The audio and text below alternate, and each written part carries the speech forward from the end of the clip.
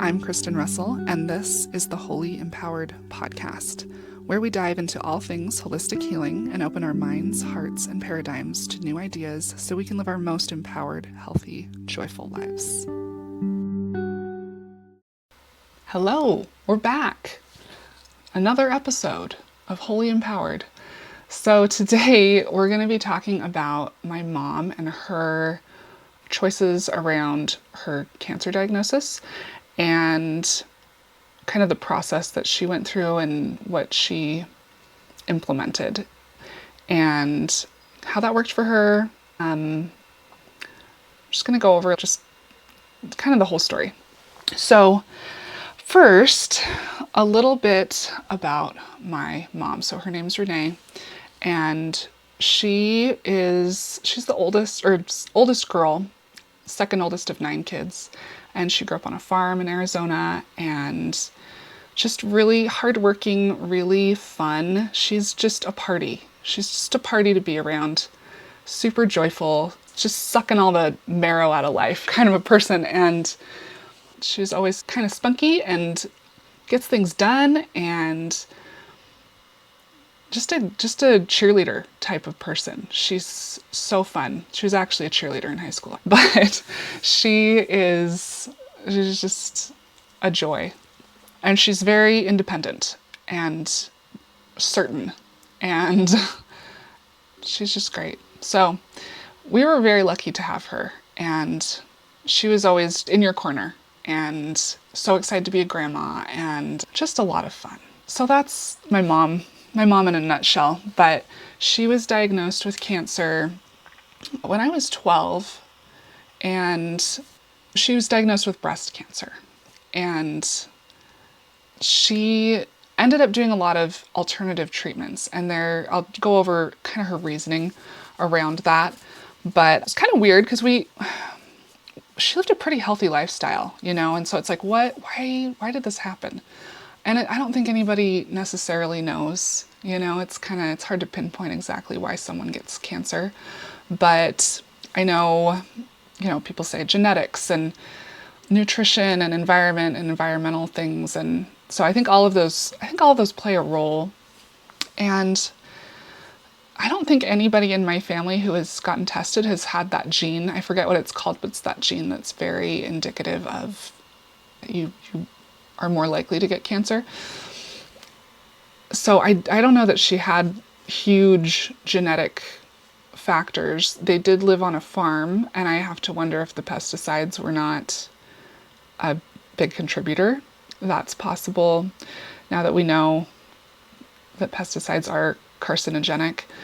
We always ate really healthy. We were kind of a potatoes and oatmeal and eggs family, So we didn't have cold cereal in our house or anything. So I think it comes down to environment usually and your nutrition and lifestyle. I heard somebody compared genetics to the DNA is like the loaded gun and your lifestyle is the trigger. So I think we have a lot more control than we sometimes think when it comes to our genetics and what we're predisposed to, if that was a factor for her. But I don't know.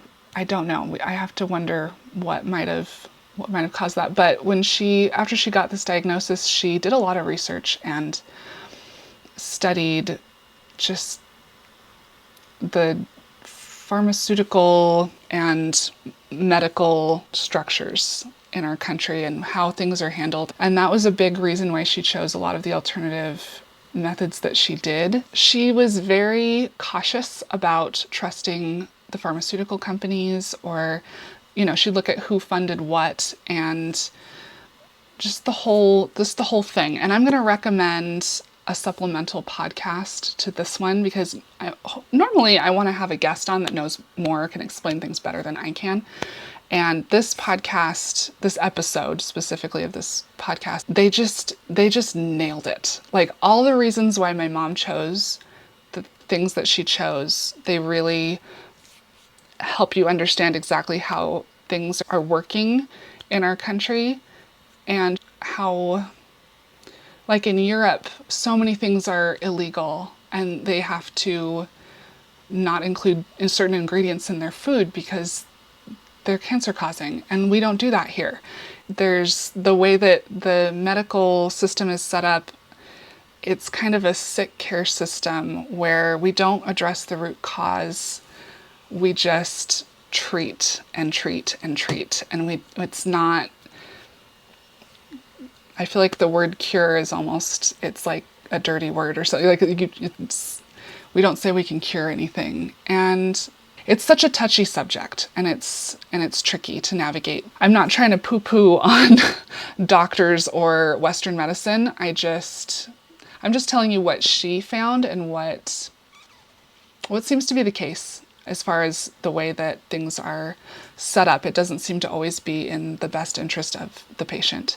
And anyway, so she had this in mind when she was choosing her treatments. So she decided she didn't want to do chemo and she didn't want to do surgery.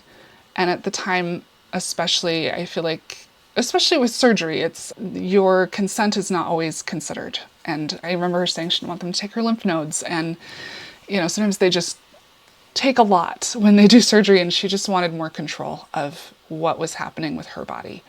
And so she opted out of that and decided not to do chemo and just focused on more holistic treatments. And gosh, she did that. I don't remember.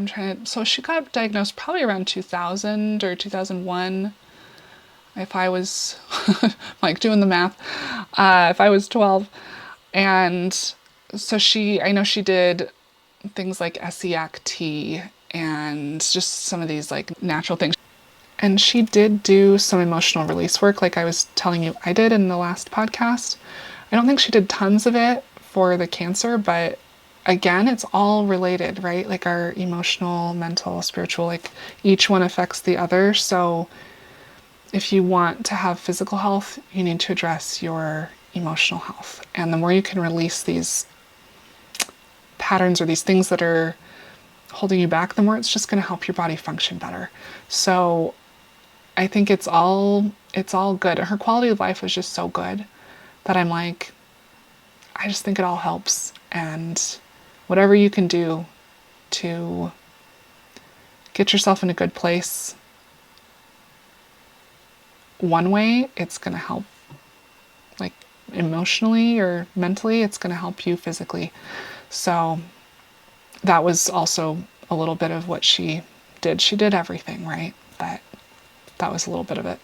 She really didn't communicate with me a ton about what she was doing often because she didn't want me to worry or any of us to worry.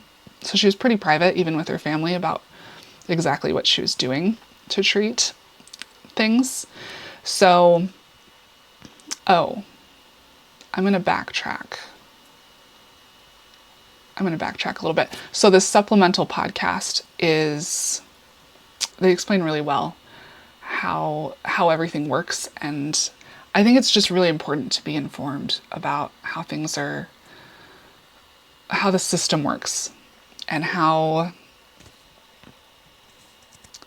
it might be affecting you. And I think that's important to take back your power around your own health, because we're in charge of our health and our bodies ultimately, and you have to make decisions that work for you. And if you don't know all the options or you don't know how things work, it's hard to make the best decision for you. So in this podcast, they really nailed it. They really explained so well how everything works together and what we can do to change things. And it is the Joe Rogan podcast. I know people have mixed feelings about him. Honestly, in this podcast, he doesn't really even talk hardly at all. It's mostly just his guests talking. So if you don't like him, you can just kind of tune him out. It's not really, there is swearing and, it's explicit, but the information is so good. And then his guests are Casey and Callie Means, they're siblings, and the sister was a surgeon, and then the brother was the consultant for the pharmaceutical and food industry. So he would go talk to politicians about where to put money. And it was just really saw all the backside of that, and they discuss how these systems work and how our healthcare system's a little bit broken. It's so informative, it's so helpful, and I really highly recommend it. It's like my supplemental, not required reading, but kind of like it helps you understand what's going on so much better. And it does get a little political. I really don't want this to be a political podcast, and that's not my goal here. But honestly, ignore that if it bothers you. Like, just push it aside. The first half of the podcast, I don't think they talk about anything political, but I think it's important to be informed so that whatever happens in the future, we can let our representatives know what we want, because I feel like health it should be a nonpartisan, like, there shouldn't be sides. And I think we can all agree on this. Anyway, really, really awesome supplemental podcast to what I am talking about today. So anyway, back to my mom and her choices. So she studied all these things. She took like a kind of a gentler approach, I guess, and did pretty well. Like, I would forget she was sick. She didn't act like she was sick. I feel like things were very normal all throughout high school for me as far as her health goes. It wasn't a big thing, you know? We lived a pretty normal life, which was a really big blessing in a lot of ways. I didn't have the typical experience of your parent having cancer. So that was a blessing, I guess. But I feel like her attitude was a huge part of what helped her. One of the biggest things was just, she was very focused on enjoying her life. And I know they've done studies. I feel like if I bring up a study, I should have it available. But I know they've done studies on what people believe about their health, and specifically with cancer. If they think they're going to die, they don't last very long. If they think they're going to live, they do so much better. And I think that was one of the number one key things, because I mentioned in the first podcast, she was really into law of attraction and just mindset. And she lived it, man. She that woman, she practiced what she preached. Like, she was very focused on having good attitude and giving her body the mental nourishment that it needs, I guess you could say. Like, she had such a good, she never took ownership of being sick, and she was careful how she phrased things, and she never said, I have cancer, and she never said she was battling with cancer. She would just always talk about her health in very positive terms, and she would make sure she watched funny movies and that we laughed a lot. And I feel like her attitude was probably the number one thing that kept her going and kept her health up and kept her quality of life so high. She had such a great quality of life. And so in 2008, the cancer spread to her spine, and it was then bone cancer. So she had a tumor that was on her bone and pressing on her spinal cord, and that pinched it and made her lose feeling in her legs. And that was kind of when it all came to a head. She called me when I was in college. This is right before Christmas break in 2008. And she called me and said, Kristen, you need to get a ride. Come home for Christmas, and we're going to hop in the car and go to Mexico. So my uncle, one of her brothers, his wife had been chronically ill, and I think she had gone to this doctor before in Mexico, because they were in Arizona. And so he was familiar, and he had told this doctor about my mom and asked if he thought he could help. And he was like, I got you a spot with this doctor. And he was an alternative medicine doctor. And a lot of the treatments that he did were not legal in the US at the time. And so that's why we ended up going outside of the country. So I went home. A couple days later, or a day later, we got in the car and we drove all the way down to Mexico. And when I got there, my mom was doing pretty good. I think she was a little nervous. She's losing a little bit of feeling in her legs. And we took a wheelchair with us. So we started driving down, and we're taking turns driving, and we're going up the Grapevine by LA, and we were heading uphill, and she was driving, I was in the passenger seat, and my dad was in the back, and she kind of lost her feel. She couldn't find the brake. She sort of like lost feel of the pedals, and she couldn't lift her leg and find it again. And she was like, Kristen, I lost track of my brake. I need you to push the brake, and I'm going to pull off. And so I reached down with my hand and pushed on the brake pedal, and we got off to the side, and we had to switch. And that was when she started really losing feeling in her legs.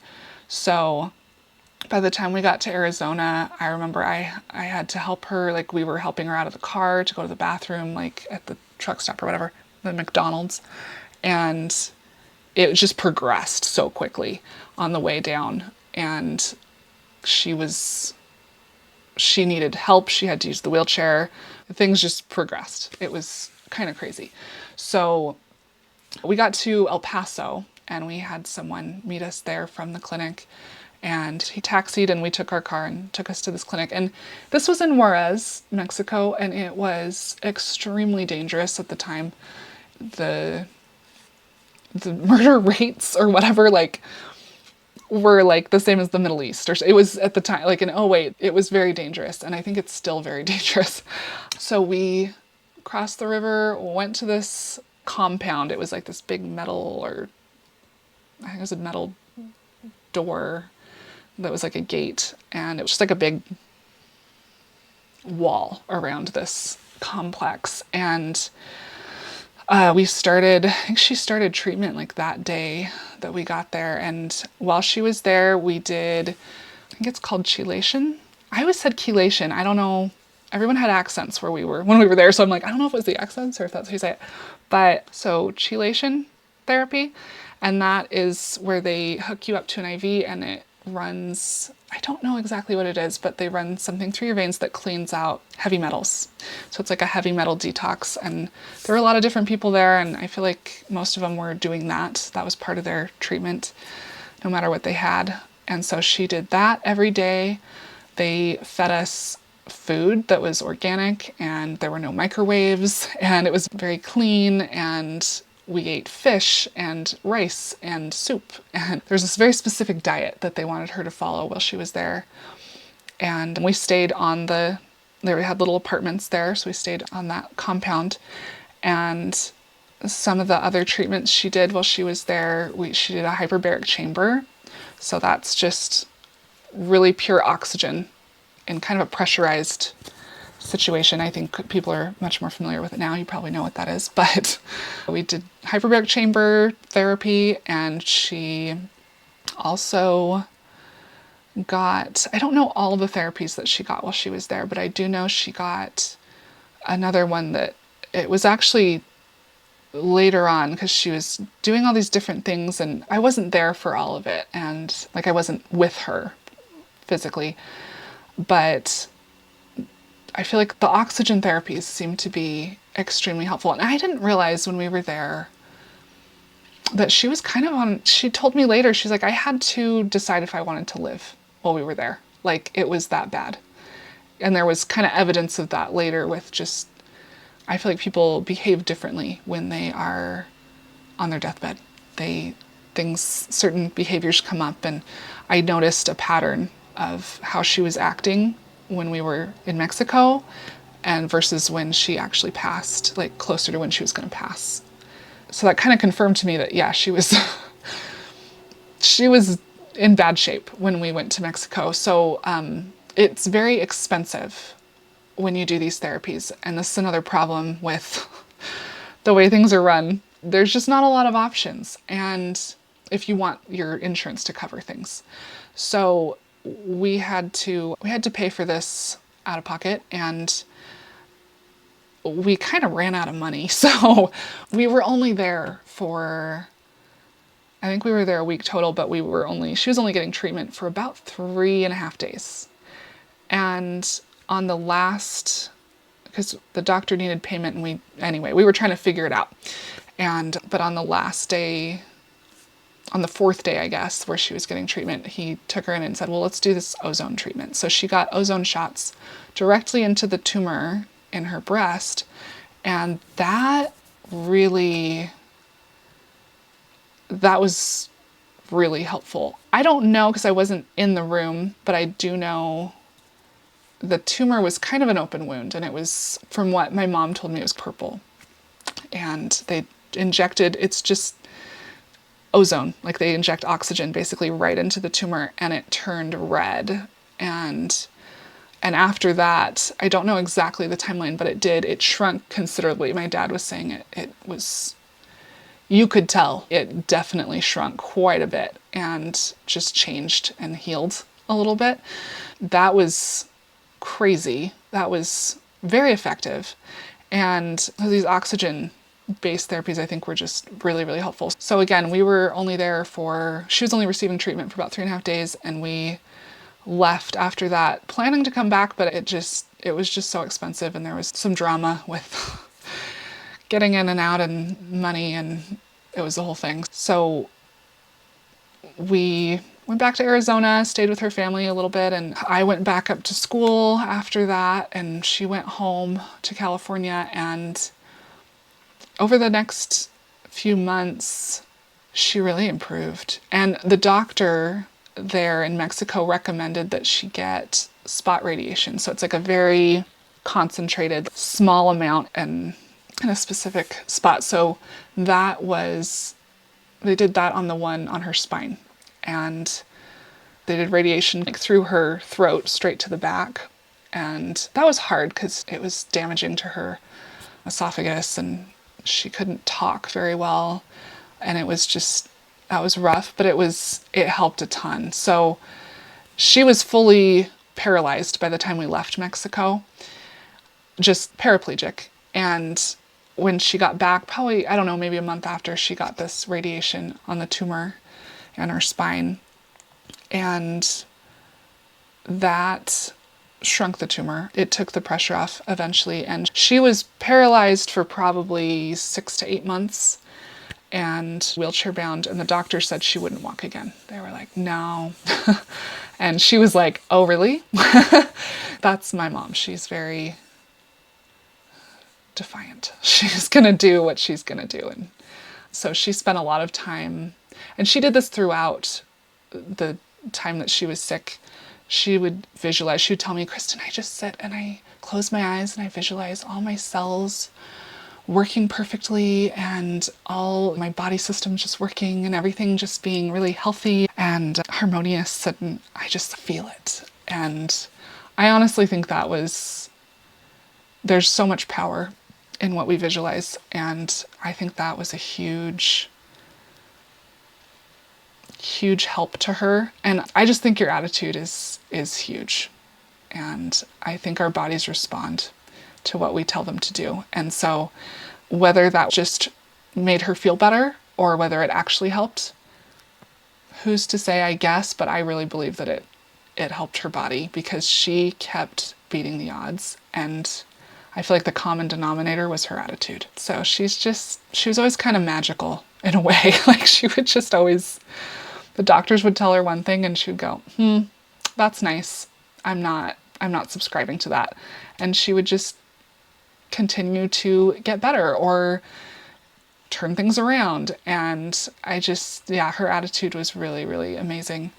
And so after it was later that year, later in the summer, I think she could stand and she started to walk a little bit. And by a year after that, like 2 years after the spot radiation in Mexico, she was dancing. Like, I taught a dance class for some people at home, and she was helping me, and she's just, she was a little bit, she was a fast walker. She was like a very intentionally, she would zip when she was before the cancer and before the paralysis.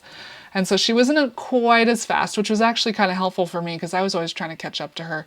I'm a slow walker. So anyway, so she was a little bit slower after that, but she did everything she wanted to do. And me and her went on a hike here in Utah. We hiked Stewart Falls later on, probably 2014 or something. And she was just determined. She would just do everything that she wanted to do. And don't tell her how it's going to be, because she's going to tell you as far as her body and her life is concerned. So she started walking and dancing and doing all the things again. And it really turned the clock back. Going to Mexico and getting all those treatments really, it gave her 6 more years of life. And it was decent quality, it was pretty good. So I just think that's really cool. But I'm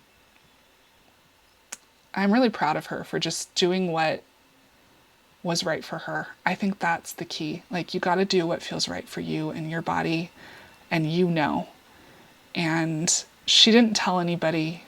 It was kind of a big secret. Like, we didn't tell anybody that she had cancer, even her closest friends. And I think maybe if she could do it again, she might have shared a little bit more just for support, but I don't know, but maybe she wouldn't. But I think the last thing you want when you have a big illness is people telling you what you should be doing with your body. And I think she needed the space to make her own decisions and do what she felt good about.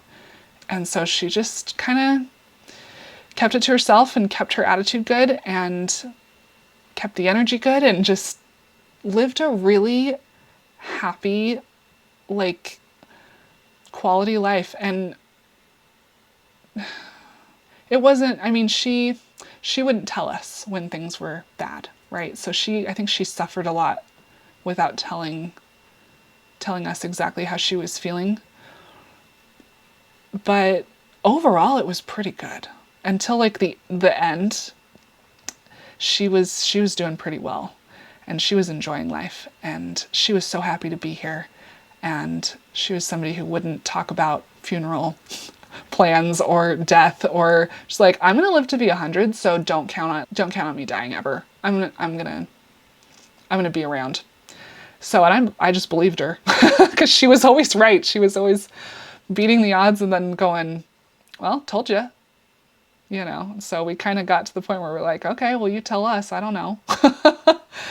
So anyway, she continued, and we didn't really, I think I mentioned in some other podcasts, our family got hit really hard by 2008, the recession, and like things were just really, really, really difficult just getting back on our feet for a long time. So I think it kind of got pushed aside going back to Mexico just because life, and she was doing so much better.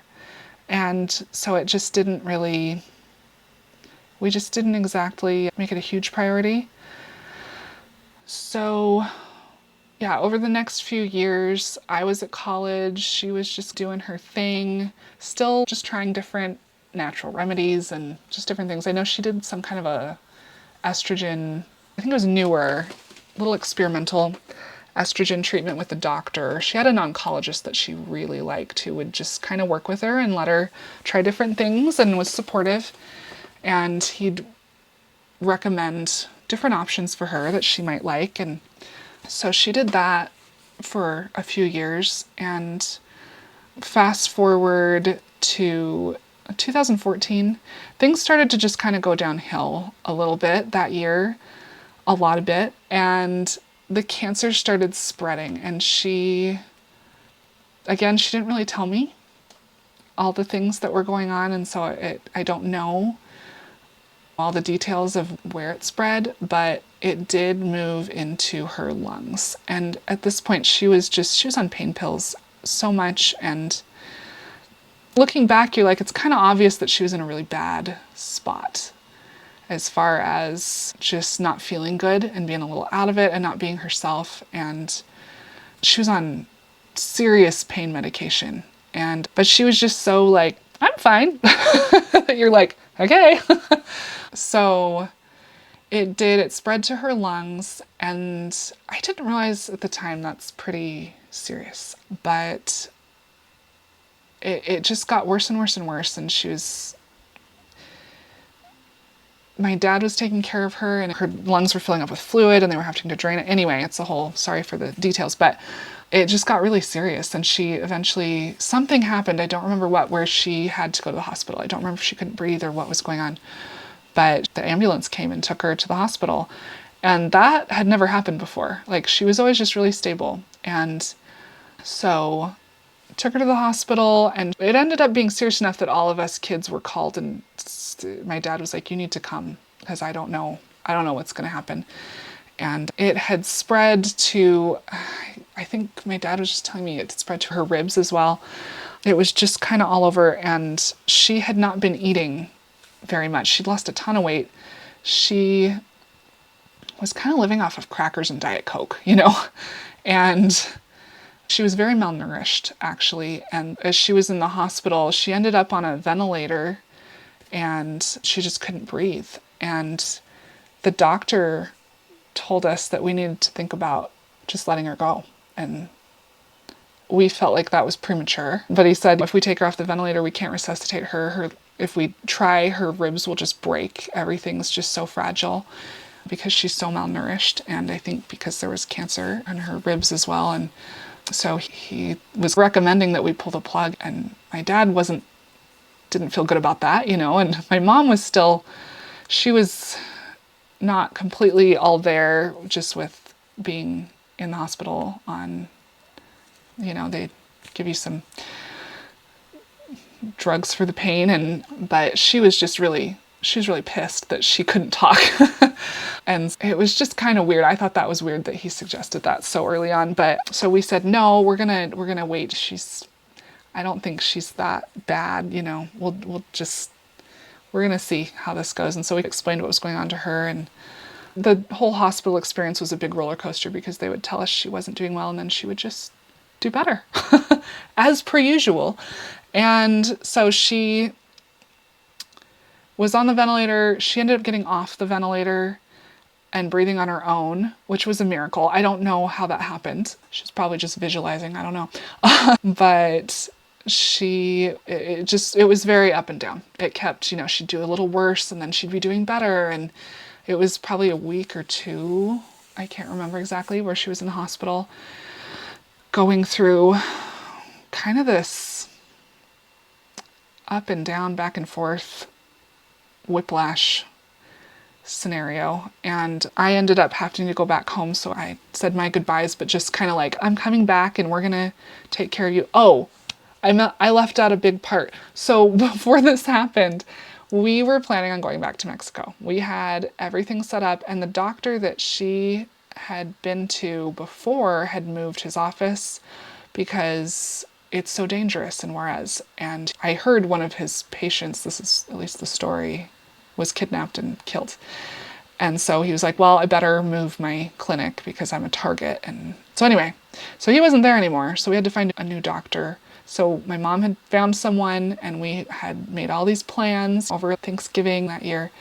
We were talking about what we were going to do and how we were going to, getting the plan together to get her back down there because we knew it was go time. So we had a plane ticket for her, and we had everything all ready. And I think it was like 2 days maybe before she was supposed to leave. That's when she ended up in the hospital.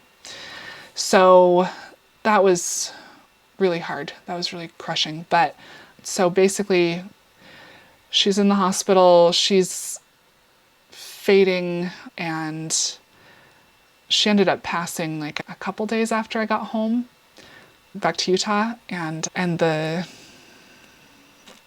it's hard, it's easy to beat yourself up or say, oh man, if only we had been able to get her back to Mexico.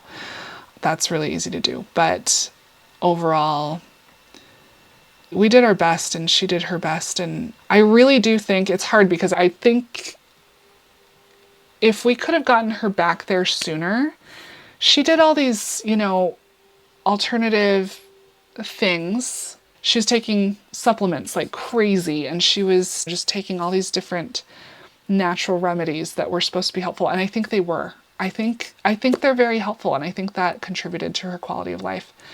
I think with cancer you have to hit it really hard though, and Mexico, going there was hitting it really hard. And I feel like that really worked and really helped. And ultimately I'm like, yeah, if we could have gotten her back there, I think she probably would have lived. But on the other hand, I really feel like people that are fighting so hard to live don't go unless it's their time.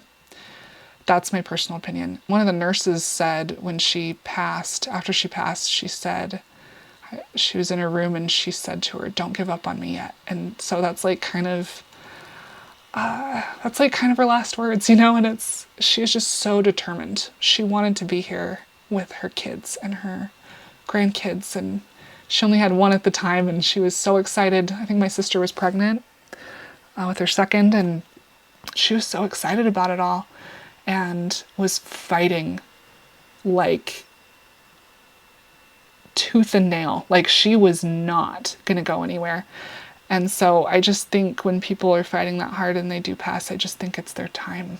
And I can kind of see now some things, the way it's affected my life, losing her. I've learned things that I just wouldn't have learned with her here. And I'd rather have my mom, but it's just interesting. Life is just interesting. How the lessons you learn and things that you know, that you take from it. So yeah, the treatments that she got, they're so much more available now because you could only get them outside of the country back then, but now ozone shots are very popular. I know a lot of chiropractors and nurse practitioners, and just, I know a guy right now that administers them. He worked with my friend who I was massaging a lot of the time, so I got to see the results, and she had something going on with her, like muscle was just kind of disappearing, and he injected ozone shots into it and it regenerated. Like it was kind of denting in and turning gray, and then she got ozone and it turned more pink. It looked more lively and just returned to more of a, it's not perfect, but the pain went away. She was feeling some pain there, and it filled back in and it turned more of a skin tone color, and it shrunk a little bit. And it's just really cool that these things are actually available. So that's where the hope comes in, I guess. This story didn't turn out the way any of us wanted it to, but I just think between my mom's attitude and the exposure that I got to some of these other treatments is really hopeful. I feel like I know what to do. You know what I mean? It's kind of like I got to see kind of what methods were helpful and which ones were maybe not quite as helpful. And again, I think a lot of these, like all the supplements you take and all the little things you do for your health, it all matters and it all counts and it's all very helpful. I don't think any of that was the wrong decision for her. I just wish we could have gotten to Mexico sooner. I wish we could have gotten her more intense treatments faster. But the ozone shots are available in the US. I don't know, you know, I would go to Mexico if I needed treatment for cancer because they just have more freedom around how they can treat you. But these things are available. There are clinics here. There are a lot of functional medicine doctors that can do different things. Hyperbaric chambers are very popular. They're very available now. And they're not, she had a claustrophobic like tube one, and I feel like they've got big rooms and they've got different options now that are just much better. I do know you have to look up the oxygen content. Sometimes they're kind of diluted, so you got to make sure you're getting a good one. And they're doing IV therapies everywhere. I feel like I've heard of people doing these. They're at least vitamins, but I know somebody I was looking up was doing chelation therapy as well. So it's just much more accessible than it used to be, which is amazing. And I really want that trend to continue. And I think it's important to fight for that. Like, just keep advocating for that. If there's anything that comes up in your community or your circles that is advocating for these other treatments, just giving people options, that's so worthy. That's such a worthy cause. I just want people to know that there are lots of options and there's hope, and be discerning, listen to your intuition, listen to your body. Don't let fear drive your life. And yeah, I think there's a lot of reasons to be hopeful going forward. So just be open and make sure you feel at peace about the decisions you make for your body. So just want to give you guys some hope going forward. And I've been wanting to share my experience and her life and her story, just because I think it's really inspiring. So I hope that you were able to take that from this and go check out that podcast. It's episode 2210 of Joe Rogan. It's really informative. And I'll also put a link. There is another facility in Tijuana that does very similar treatments. I don't know if they do all the same ones that we got at the place that we went to, but they do very similar alternative treatments. I know a couple of people who've gone there for stem cells, not cancer, but I think they're worth checking out if you are wanting to look at alternative medical treatments for any kind of chronic illness. I'll put their info, and it's Tijuana. They taxi you in, they taxi you out. It's a very nice facility. One of my clients went there and he was going, it is the nicest medical facility I've ever been to. And so much better setup than the one we went to. It was fine, but just not very safe. So anyway, if you're wanting that, I'll link it. And there are a lot of different options. We'll be talking about them in the future in different podcasts, and just Google your area. Google functional medicine practitioners in your area. They usually have some good alternative options, and have hope. Thank you so much for listening. If you are enjoying Wholly Empowered, share it with that friend or on your socials. You can also hit the follow button if you want to keep up with the latest episodes. Until next time, stay empowered.